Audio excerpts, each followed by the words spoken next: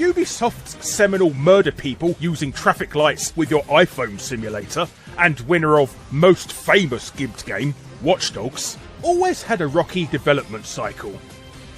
Originally devised as a sequel to Driver San Francisco before being converted into an all-new IP, Watch Dogs was the first game to be previewed for unannounced next-gen consoles at the 2012 E3. But its first bout of ever-growing bad publicity began 2 years later, when not only was the game already 5 years into development announced it would be delayed for a further 6 months, but the released gameplay footage didn't look anywhere near as impressive as its initial showing. This was quite perplexing to PC owners, since Ubisoft had been hyping their close collaboration with Nvidia to make the game as visually stunning as possible. So how could it look notably worse if it was specifically designed to work for top-level graphics cards?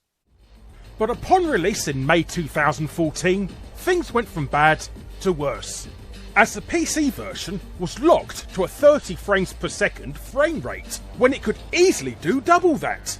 But sparks really began to fly when a fan looked into the game's code and discovered textures that make the game far more impressive, to the point it looked just like that 2012 preview all those years ago.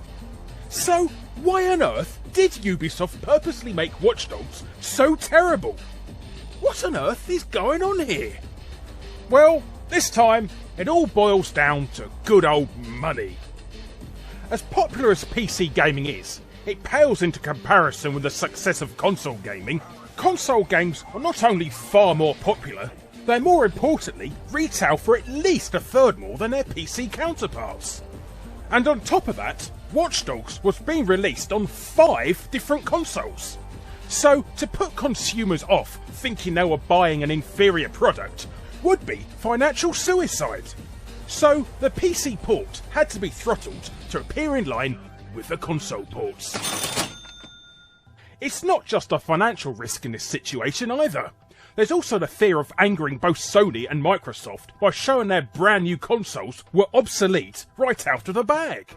In hindsight, the PS4 and Xbox One ports probably were going to use the nicer graphics initially. Ubisoft were quite likely unaware of their specific capabilities in 2012, and the final retail models simply couldn't handle what they had originally programmed. However, there's also the question of why Ubisoft left the texture pack in the PC version's code still. Was it incompetence? Or a frustrated employee not wanting years of hard work going to waste?